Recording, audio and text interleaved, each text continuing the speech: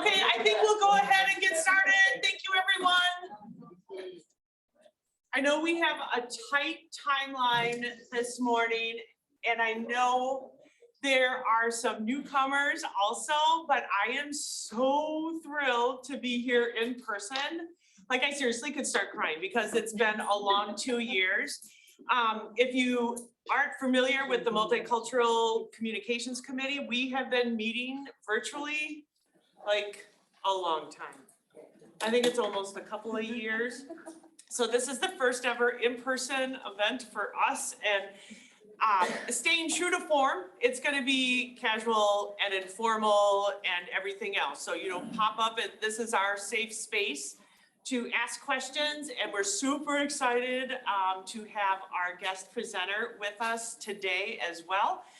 For the first few minutes, we are just going to talk a little bit about the Multicultural Coalition and give you some background. For those of you who aren't as familiar, Danielle, I already need assistance. Never a good sign. I know. I'm at that age where I just need somebody else to do it. All you have to do, Lisa, is say, can you hear me now? Yes. Okay, so I just want to set the stage with the background of why we're all here today and how this all came to be. So going back to, I don't even know, you guys, 2020, this is 2022.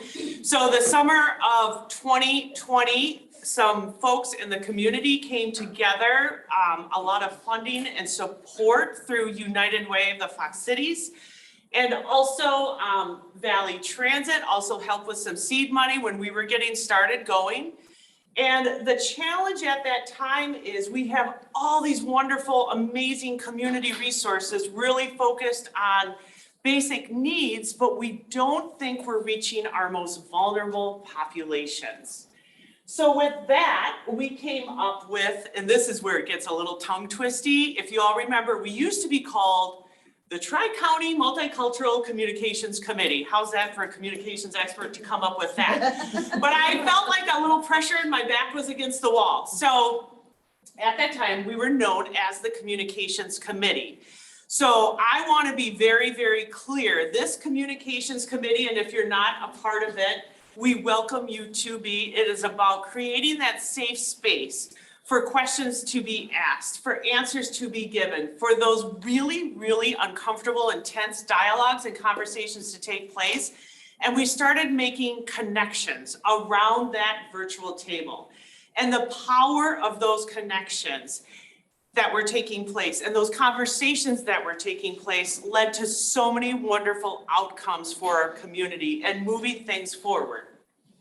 So it became very clear from the beginning, communities of color, our most vulnerable populations. How did we get information? How can we get information to all those who need that information in a way that makes sense, in a way that is culturally competent, in a way that is understandable?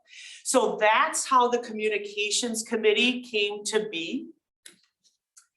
And if you look at what we do, what is so special about what we do as a communications committee? And it's really important to make note. The first thing that we have is listening to what is going on with our communities of color. How can we assist? How can we stand up and do different and be better in helping make that connection for everybody, so everybody has access to the resources they need to create a fair and level playing field. So to date, I know it got a little crazy. My estimate is we've probably had at least 30 meetings. If you remember way back in the beginning, the Communications Committee meetings were, I think they were like once a week. There was so much information coming out. If you bring it back to the beginning of the pandemic, so much information coming out, I could not understand it, much less our most vulnerable populations. So how could we do a better job of reaching our most vulnerable populations? And we started working at identifying the barriers that were in place. I don't know if you guys remember this way back when, one of the issues that came up at the communications committee level was Latinos are not going to go and get tested because they're going to be asked for their ID. Whether or not that was true, that was through their lens, that was their perception, and that was a challenge. We needed that testing to take place to get information to understand and help our community better. So we quickly looked at those types of barriers that were in place. Health insurance, you do not need health insurance. You do not need an ID to access testing and vaccinations moving forward. So that just gives you an idea of identifying those barriers. And then, I don't know, this might just me, and I'm like, how can we just burst through those barriers? How can we go around those barriers? How can we do whatever needs to be done to make sure our most vulnerable populations are getting the information they need and getting it in a timely manner, just like everybody else. So that was really where we came to be. So this just gives you an overview of the communications committee. Now we're going to update all of you where we're at today. Thank you, Lisa. Did you introduce yourself? I did not. Oh, well, Lisa. I'm Lisa Cruz. So I'm Pam Her, for those of you that know me, others that do not. I'm Pam Her, and I'm part of the Multicultural Coalition that I'm going to talk to you a little bit about. So Lisa talked about the listening. Did I advance it? Okay. Talked about the listening piece, right? And when the Multicultural Communications Committee came together, it was about hearing where people were at, some of the things that were being shared within the communities, some of the barriers that existed. But beyond that, what were we going to do, right? So we began looking at community organizing. We've heard all of this. We know what's going on. We know that there's needs here, but what are we going to do about it? And that is where the Multicultural Coalition came in to play in terms of taking actions, right? We collectively together wanted to take it from just listening and awareness of the things that are happening to actually taking actions and breaking down barriers. Lisa talked about the barriers that existed and the things that we talked about and having those authentic conversations in our meetings for our communications committee. But where do we take it from there? So we began looking at ways that we could break down barriers. And those barriers were pieces in terms of what Lisa was saying, the fear of coming in and having to show ID and having to give ID to someone or having to account for your location of where you lived and all those different things that were being asked. We said, we can't do that. So we're going to put together clinics that would allow people to just walk in, get vaccinated, and walk out with very little information that they had to give to us. The other piece of it was we wanted to make sure that technology wasn't a barrier, right? And so we did not ask for RSVPs. That was the other thing, is that we realized that the communities that we were surveying in these communities are not an RSVP community. And I don't know how many times we told vaccinators that we need numbers. We're like, we can't give you numbers. You just need to come and bring as much as you can, and we're going to have people come in. And so those were the different things, barriers that we had to overcome. And that was really critical for us. And a part of that also is the cultural competency piece. As we were working with these different organizations in our communities and building trust with them, we also needed to be able to work with the partners and help them understand that they have to have a culturally competent lens in order to address some of these challenges and these issues that existed, right? It's not about us just going to the communities and saying, hey, we're here to help you, and then sending them off to someone who can't really help them or who puts a lot of barriers up for them to be able to be successful or be able to help their families. So that's the Multicultural Coalition, Inc. is really the organizing piece of it, the removing the barriers piece, the implementation piece of what we shared in that communities or the communications. So what is our mission? And I think some of you have seen this because we actually brought this to the communications committee. Our mission in here, or as part of this coalition, is to really acknowledge, right, racial biases, be proactive, provide meaningful communication, and that we are actionable. It's not just about talking about the things that we're challenged with, but taking action, removing barriers. That is our mission. Our vision is to really create a community that prospers together. And prosperity is about equity. That's what prosperity is. It's not just about saying it, but being able to do it and removing things so that everyone can prosper together. And one of the last pieces of this is part of our vision that I really want you to be cognizant of is the fact that we are driven, what we do, and what we break down barriers for and all of that is driven by the communities of color we serve. Their needs is what drives us and the actions we take and the things that we do. We are here to help them and to move them forward. So let's talk a little bit about what we've done. We've hosted about 50 clinics, community-led clinics or events, I'm sorry. We started as clinics because it was like bringing them in, but we eventually evolved into events. And what that means is we did a lot of wraparound services. We knew that coming in to get vaccinated was so much more than just the vaccination that they needed. People came in and they were telling us, oh, I need hygiene products, I need this, I need that. And so we began putting together partners that would be able to provide those pieces for us. And we have a lot of those partners in our room today. Thank you so much for everything that you've done, for collaborating with us. Your partnership has meant the world to the people that have come to our events. So we have our partners, and then we have impacted countless lives. When we first started, people were all about numbers. They kept saying, how many people came to your clinic? How many people? And for us, it was never about numbers. It was about the experience, right? Because we were about community building. We were about relationship building. Even if there was just 5 people that came into our event, if we built a relationship with them, that is going to impact so many lives beyond those 5 people. And so these are the things, the impactful pieces that we want to share with you. Things that people say to us when they come or that they share with us. This work literally is impacting future generations, and they're talking about their children and what is happening with their lives because of their impact or their engagement with us. It was heartening to see a homeless individual come for support and continue to see the benefit of this. We also made connections with other individuals within our community that are marginalized and oppressed, right? That they needed something, and because we were there, they were able to come. So as you can see, the impact of this is about the experience and how it ripples into the lives of people beyond just the individuals that are coming in there, right? It not only impacts individuals, but families and ultimately our community. Thank you, Dr. Camp. Good morning, everybody. I'm Trish Sarvella from Partnership Community Health Center. And I was told, Trish, make it quick. And when I'm the last one and I have the opportunity to talk about community and engagement and partners. And when we look up here with all of the logos, each one of these logos has a story behind it, has a personal impact, has something that says this has been a life-changing experience.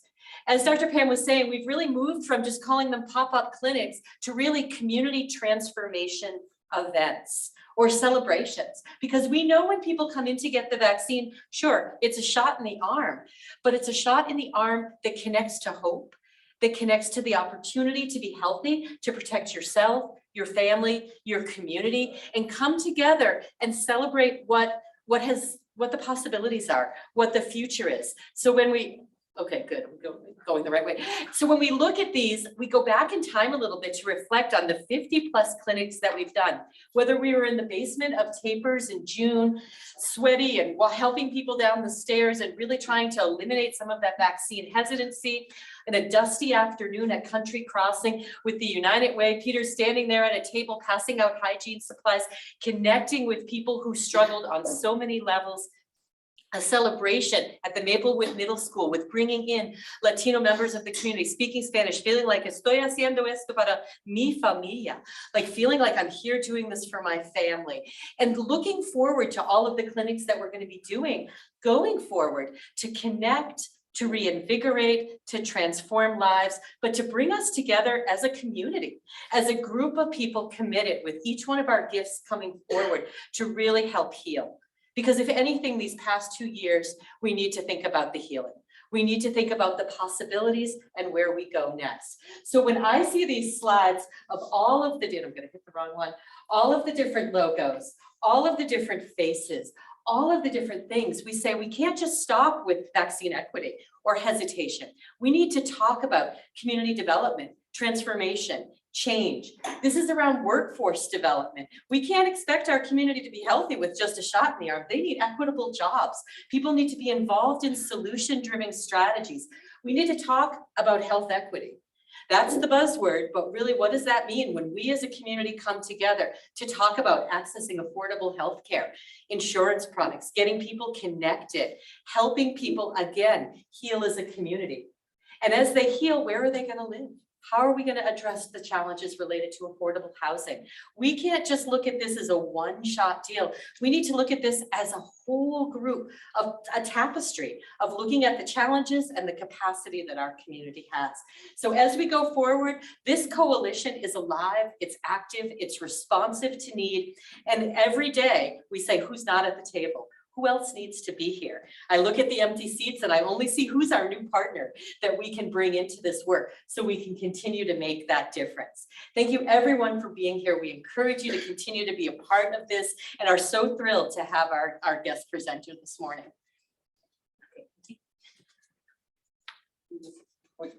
Okay, we're going this way. If you don't know OT, who we affectionately call OT, he is the head executive director for the Pointers Community Initiative. So he has been closely aligned and working with the Multicultural Coalition as well. And he is going to introduce our guest presenter today.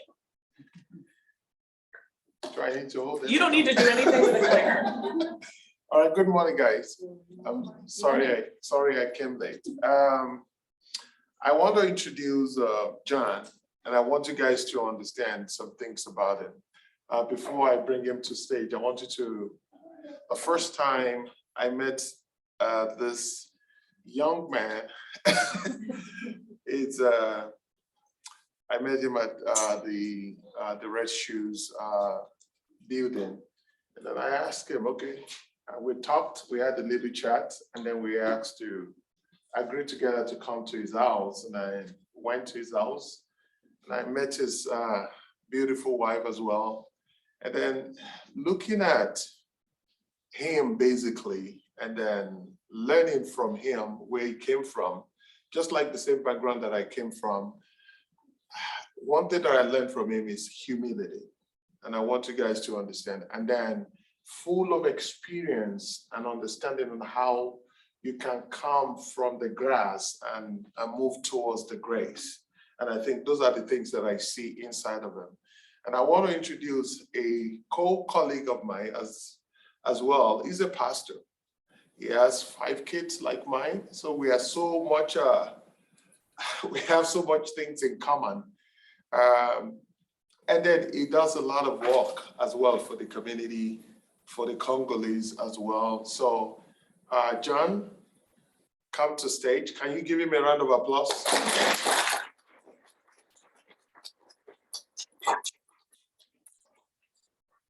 Thank you. Those who don't know me, my name is John Semahoro. It is a great honor for me to be here today with my wife, Jolie. She's here. We have 21 years in marriage, and God has blessed us with 5 children, 2 girls and 3 boys. I'm honored to be with my friend Freddie. He's a refugee from the Democratic Republic of Congo. Freddie, thank you for coming. I have few people to introduce or to recognize. I want to recognize Red Shoes, non-profit organization, for making this to happen. Thank you so much. I want to recognize Sister Rona. She has been closer to my family and she has been a bridge to connect me with Red Shoes. Thank you so much. Would like to thank the United States of America for welcoming us, hopeless refugees, and great community, rebuilding us again to have hope for future. I would like to thank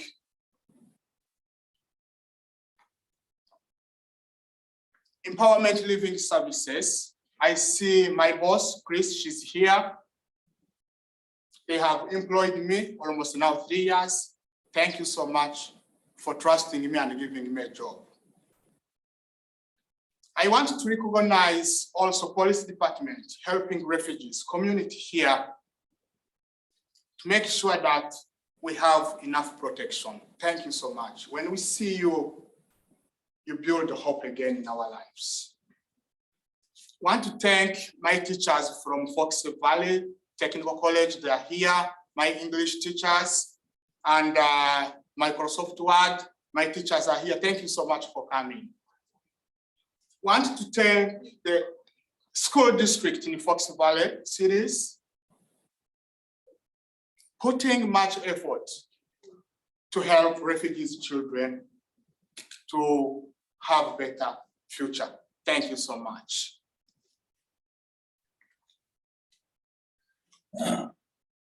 I am a refugee from the Democratic Republic of Congo.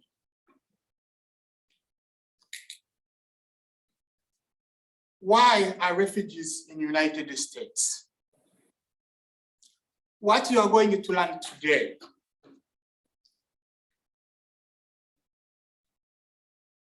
I want to let you know that you are going to know this new community you have, refugees. Where are they coming from?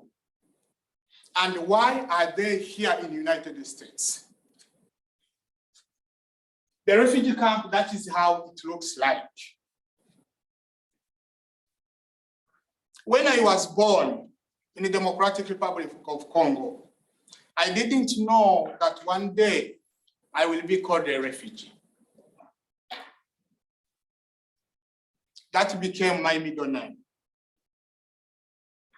I was not expecting it.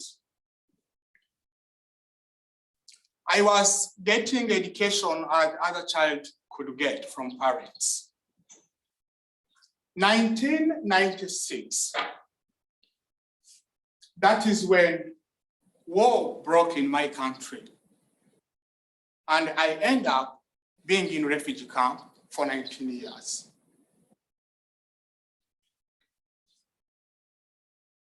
Democratic Republic of Congo, it is my home country. I want to go much details about what I've learned for Congo when I was at school, but I will narrate what I've seen myself. I was born in South Congo.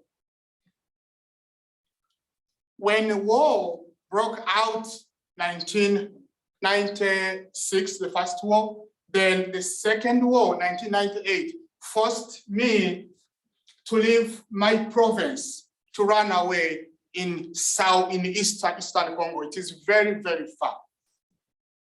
We walked for 2 weeks, non-stop, day and night, to reach to south. Long journey. Congo is the second largest country in the Africa continent. After Algeria, Congo is the second. A very big country.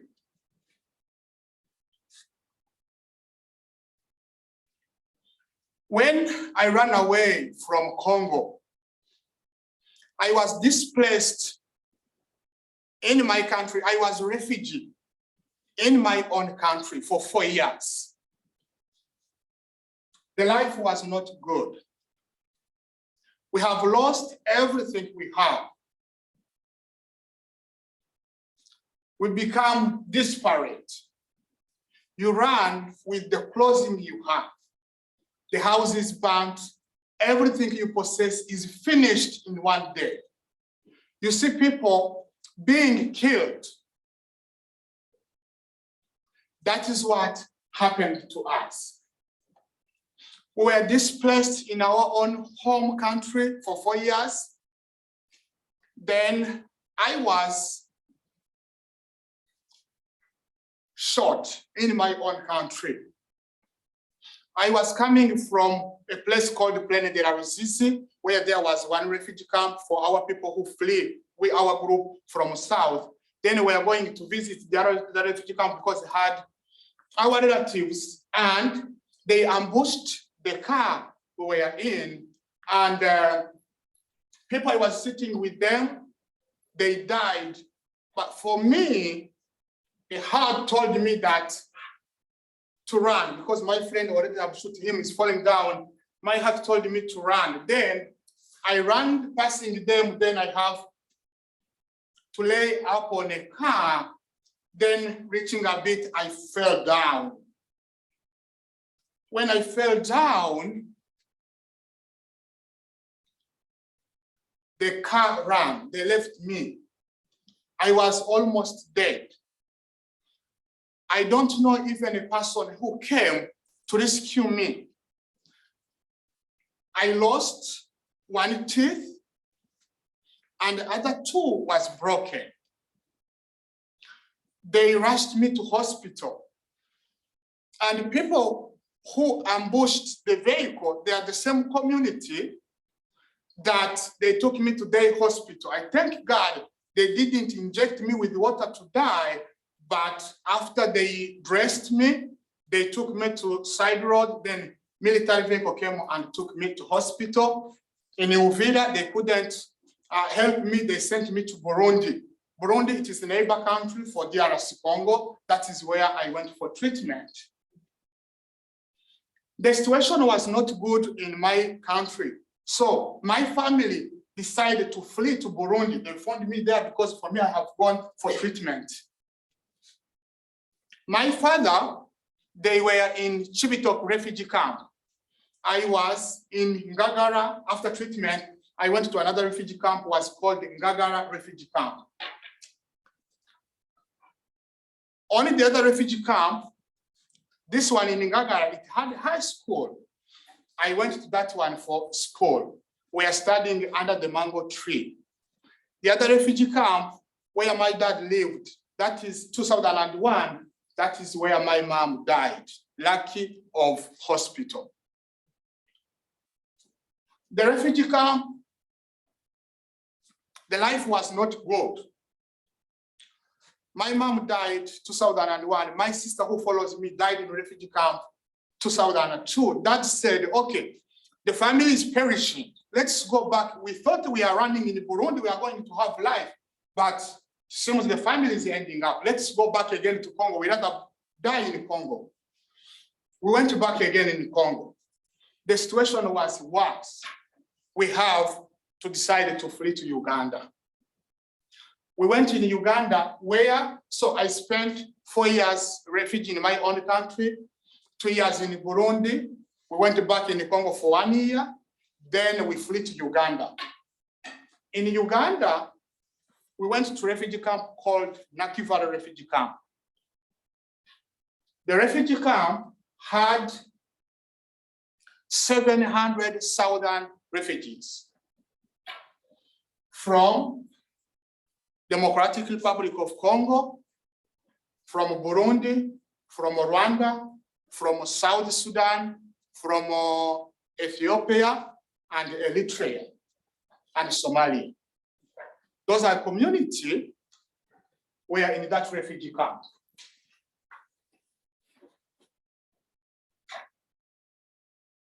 The life in refugee camp is not good at all. So when we reached the refugee camp, God gave me vision to start non-profit organization. But as a church, this is a church I built, I was opening it officially. This is my father. Why do we flee in Congo? Because of fighting.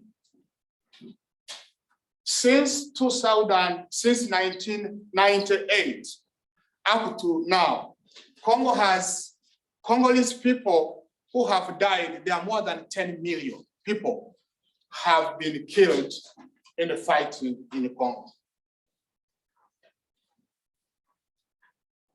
This picture, it is my community, Banyamulenge tribe. They flee from Congo going to Burundi. They followed them in refugee camp in Burundi. They killed 161 people in one night. They burnt them, they killed them because they are Banyamulenge tribe. 101 person was injured. Many of them were relocated to US for further treatment in 2008.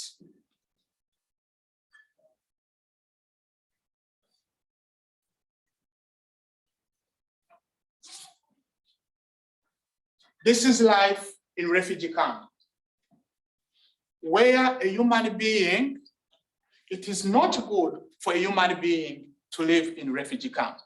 It is a miserable life.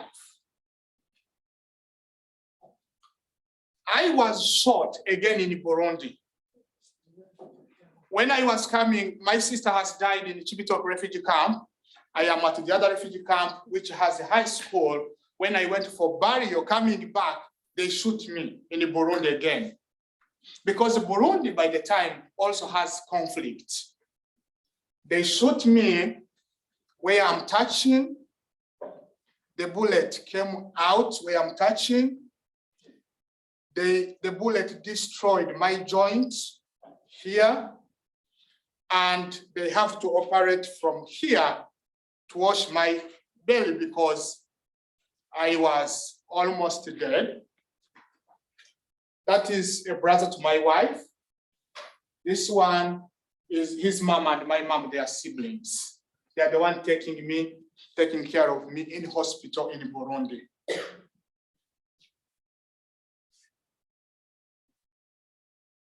The situation was not easy for me. This is the reason why my family was chosen to come in America for further treatment.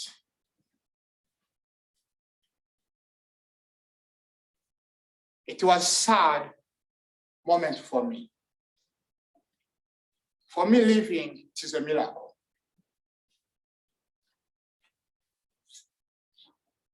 In refugee camp, when you reach in a refugee camp, you are given a plastic sheeting. You will build your own house. This is the house you have in refugee camp. These 3 children I'm holding here, their mom had heart attack. She was traumatized in Congo. And before she completed the process to come to US, she died in refugee camp and she left those 3 children. I clapped money in refugee camp for Ugandan churches so that we can build them that house.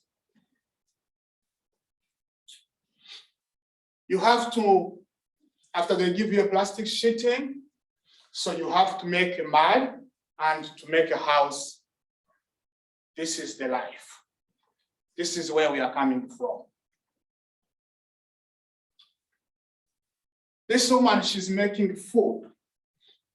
UNHCR, United Nations High Commission for Refugees, working with World Food Program, this is the food they will give you. It is coin flour, yellow coin flour. Every person will get 12 kilograms. They say this should last you for the whole month. It cannot.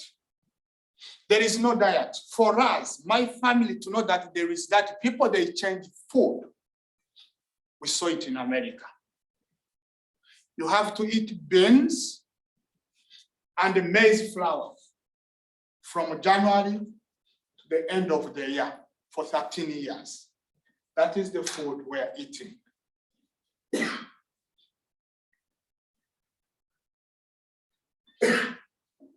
Because there is too much sunshine, Nakiva refugee camp, and it rains.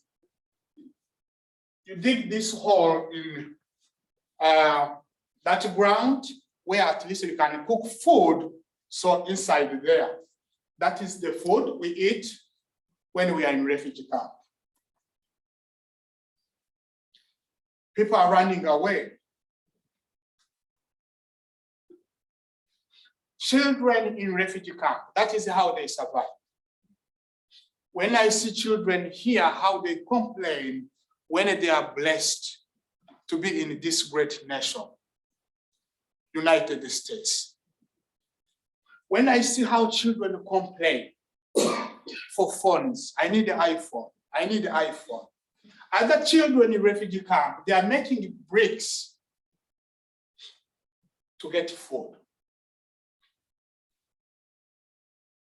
This was my bed when I was in refugee camp. You make those bricks, you arrange them as a bed, then you put a mat. That is where you sleep. That is your bed in refugee camp. That is how children, they live in refugee camp. Bad life. No human being could live in a refugee camp.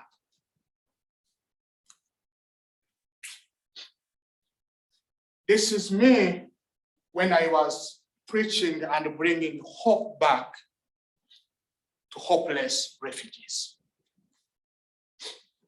This is when the government of Uganda, Department of Internal Affairs, gave me the registration to operate in the entire refugee camps in the country of Uganda. In refugee camp, you have to line for water. To get 1 jerrycan of water, you have to line for 2 hours or 3 hours to get 1 jerrycan of water. You have to wake up very early at 4 a.m., 5 a.m. to get 1 jerrycan at 8. At least 2 hours to 3 hours to get 1 jerrycan of water. Everything in refugee camp is lining up.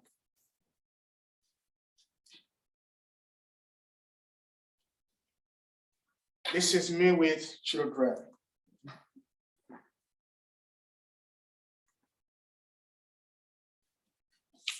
Why there is wars in my country? We have 2 types of wars. We have civil war and we have economic war. That is me in our own country. Congo is the most richest country on the earth in terms of natural resources. Gold, diamond, cobalt, uranium, coltan, wolfram. I can't finish all the minerals we have in the Congo. This is one of the reasons we have the wars. This is me, that is my hand. This is Grenade Rouge, those are diamond, that is gold, this is wolfram, this is Grenade Rouge, that is cobalt. For you to have your phone, to have hospital instrument, airspace, wires for everything. Congo supports the economy of the world. 80% of natural resources makes everything we have. 80% is from the Democratic Republic of Congo. This is coltan in Minembwe, where there is fighting now since 2017.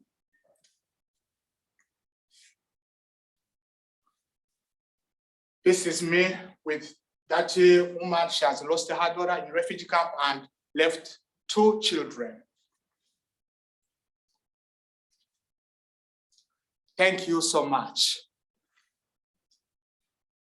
Anyone has a question?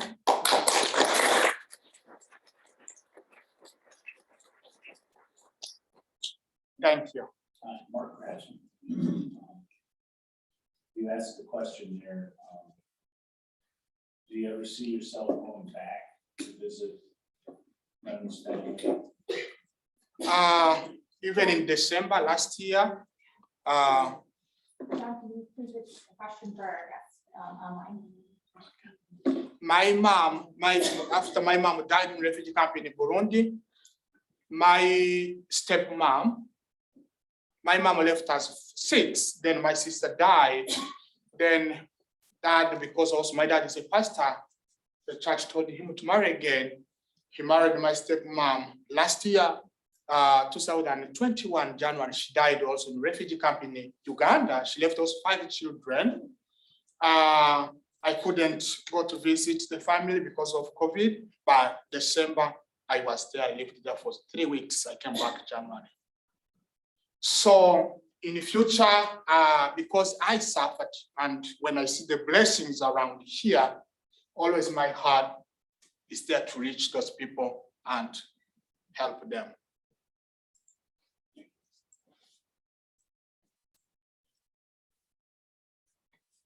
Sister Rona? Brother John, what else does your family and your tribe and your people need from us in the valley that we are maybe not aware that you need? When a refugee comes here to US, there is challenge we face. Language barrier. That is the first challenge we get when we reach here. And a second barrier is for someone who don't know English to know the rules of the United States, more especially when it comes to driving. People have already traumatized. They are coming from this situation and they find themselves here in United. So, because of language barrier, we try to encourage them to go back to school so that they can learn the laws. And when they are driving, that they cannot make mistakes. Like a refugee is traumatized. And the police in our country, when they see gun, they see dying. Now, when they reach here, police stopped him or her. They don't know that you have to stay on stealing.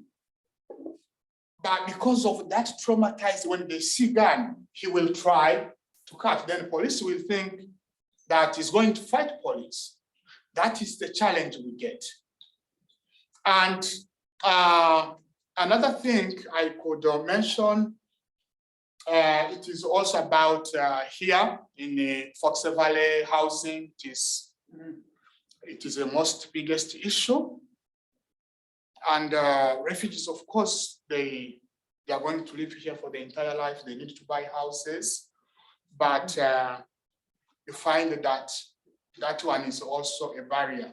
And also the jobs here, most of the jobs are temporarily. And when the refugees, they want to buy a house, they say you are not hired, your job is temporarily. So there is an opportunity they lack it because they don't know English, but they are very hardworking people. Yeah, one question for you, Roger. And I know you mentioned this before, that Maybe louder, please. if you have some support from the Fox Valley, is it possible to have those who are in the refugee camp with that in common? Obviously, when I look back my life in refugee camp, and recently I was there, I cried. I cried to take a child when he's sick at hospital, to see a nurse at 8 or at 9, you have to wake up at 3 a.m. to go lining to see a nurse in refugee camp. Many, they die before reaching the United States. My family, we spent 13 years in that situation. I was chosen among thousands to come in the United States for further treatment. My last bullet was in my left leg, was taken out in a third care hospital here in Apaton. But refugees are still dying in the refugee camp, lacking of medication.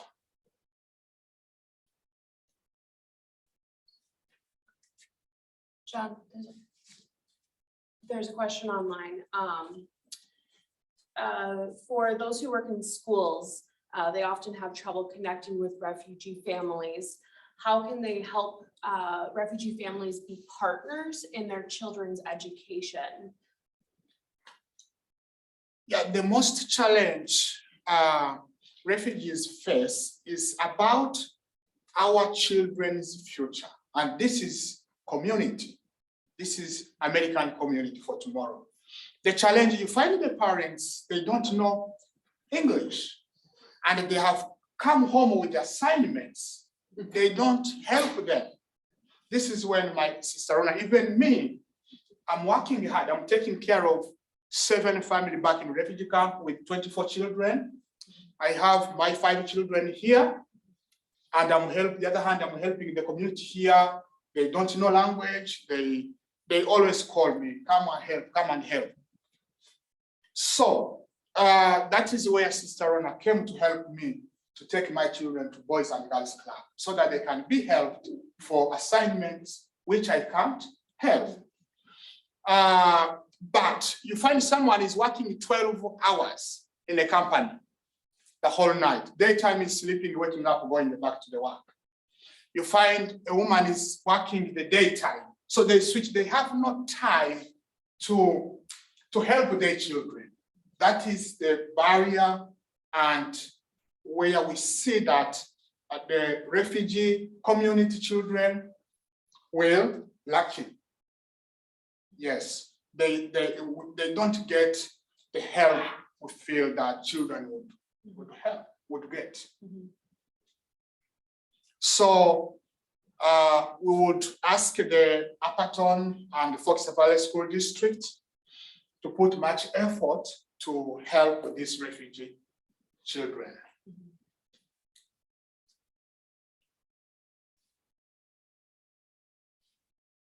Any other questions for John? I have a question. How did you meet your wife? Oh, I was already, I married her in 2000. For me, I was already displaced from south to east, where I found her. And by that time, they wanted everyone for my age to go in the army. They could force you to go in the army.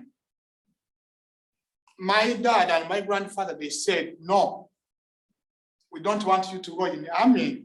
We want you. Actually, it was like, if they give me a wife, then I can't go to the army. That is how I was like forced to marry her so that I could not join the army. Yes, and she's a wonderful. She has really worked hard in refugee camp, and I always thank her. She's a faithful woman. I had the opportunity to meet John at church, and it was wonderful.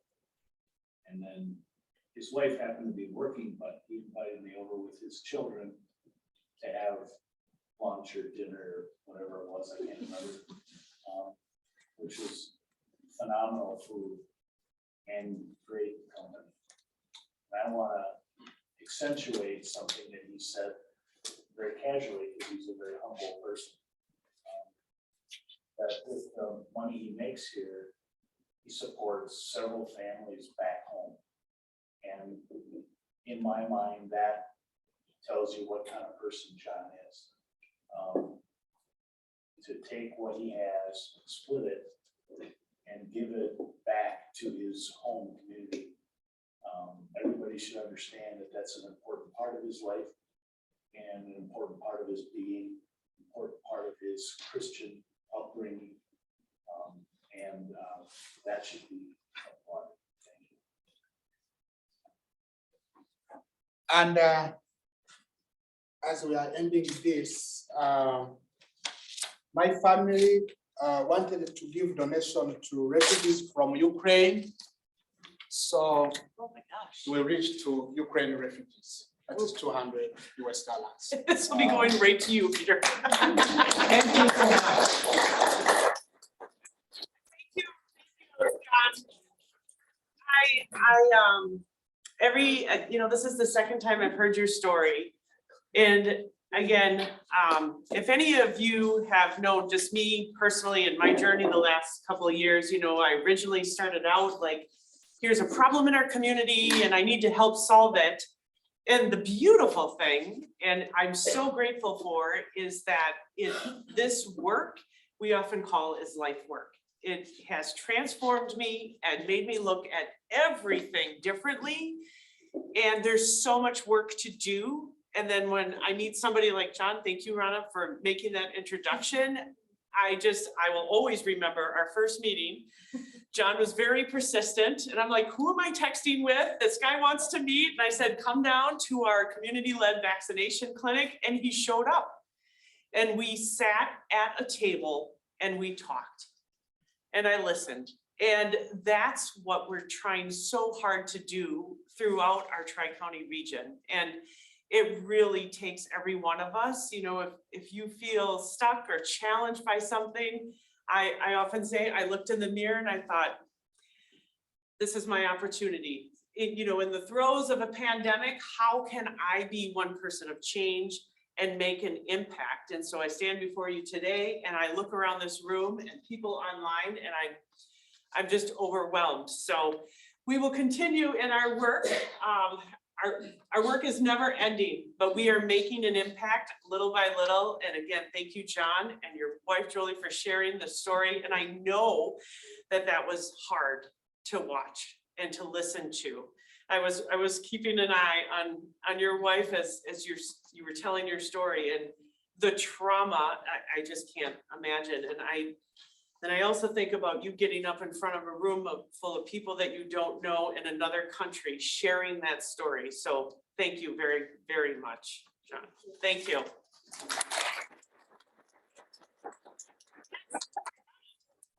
I'm wondering if this opportunity now presents yet another opportunity for more coordination and support. I know John is too busy to give a gazillion presentations. He's way too busy with getting the kids around and working and everything, but I know that he would be available once in a while to do a presentation. He's been after me for 2 years to see this. And like at UU Fellowship, okay, Brian, okay, go home and tell Christina. Okay, anyway, I'm also part of a school district group in Appleton called CARES, which is working on equity and providing support services for vulnerable populations. And this is a new group. And I'll make sure that they are Yes. connecting, because the whole idea is any organization that wants to be supportive, and we do, we're a great community. We have more resources here than any place in the state of Wisconsin that I'm aware of for the population. So spread the word, and thank you for coming. Thank you, Rena. Thank you again for being a part of making this all happen. It's just amazing. Yeah. Anybody have any other questions about multicultural work? Anything that you have going on that you need support with or want to? Is that a raised hand? Yeah, I noticed logo. I would love to share a logo there and then become part of my membership conversations. I know we connect to those groups more before COVID, where we actually met at least once a semester or at least once a month now. How do we become more active and become members from the meeting? Yeah, absolutely. Love to welcome you to the group.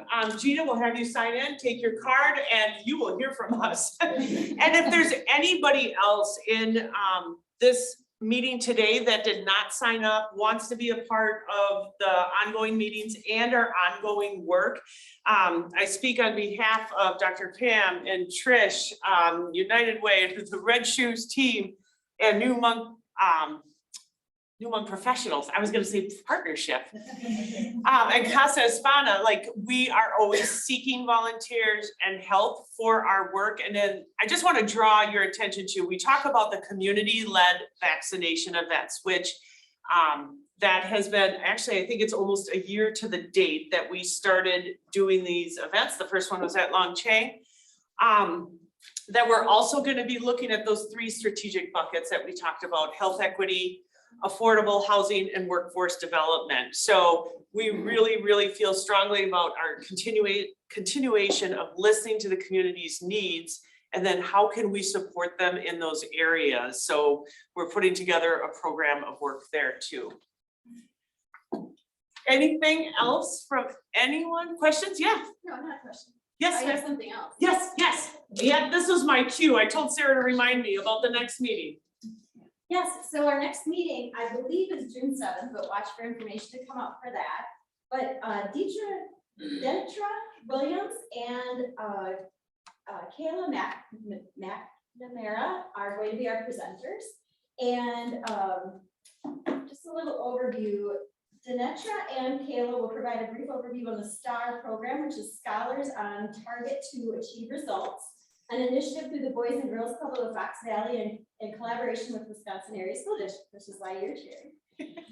Since 2018, STAR has been working to ensure equitable educational opportunities for students who identify as Black, African American through culturally responsive mentoring. And to date, they've served over 700 middle and high school students. And during the first 4 years of the program, 90% of the scholars graduated in 4 years. And so I've got a very great summary that she sent me in preparation to encourage you to support that program in June. I believe it will be virtual, but we can talk about this. I was just focused on this event. But I can't think. we're looking forward to great programming, and Kayla has it's quite a remarkable story. So I just want to Awesome. share that. Thank you.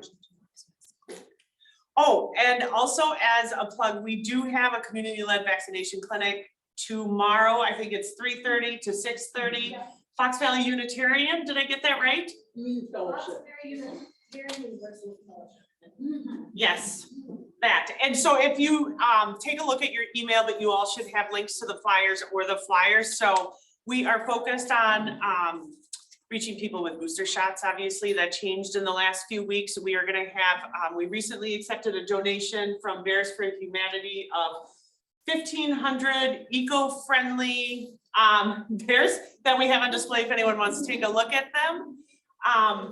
And then what?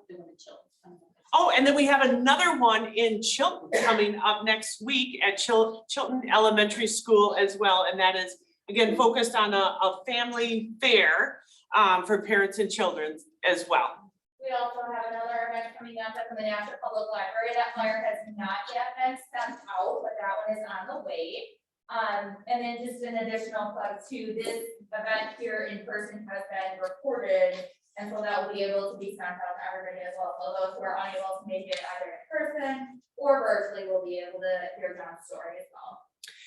Then just a couple other things I want to make note. Thank you, Myra, for hooking us up with Fox Valley Technical College. This is awesome.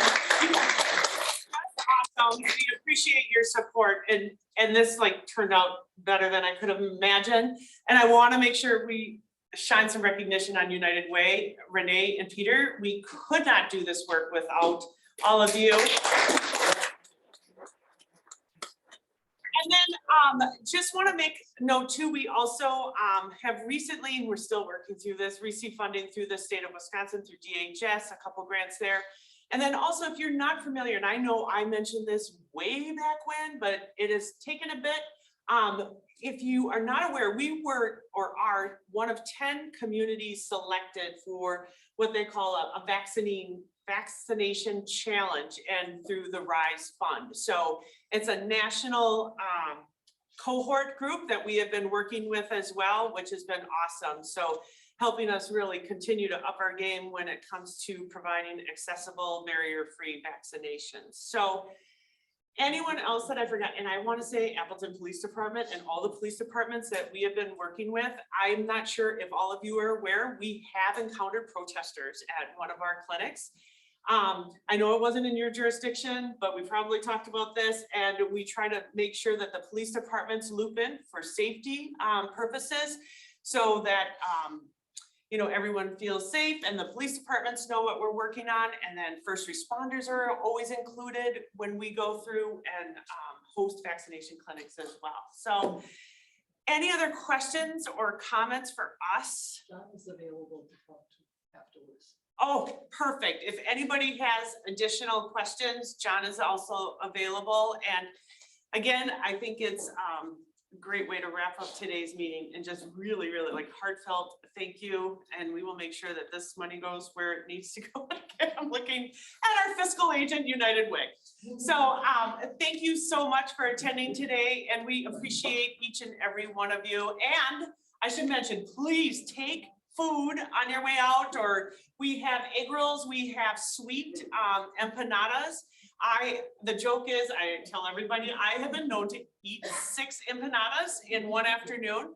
They are outstanding. So again, we do everything we can to support our local minority-owned businesses as well. So it's just part of the community building we're doing. Thank you so much, everyone.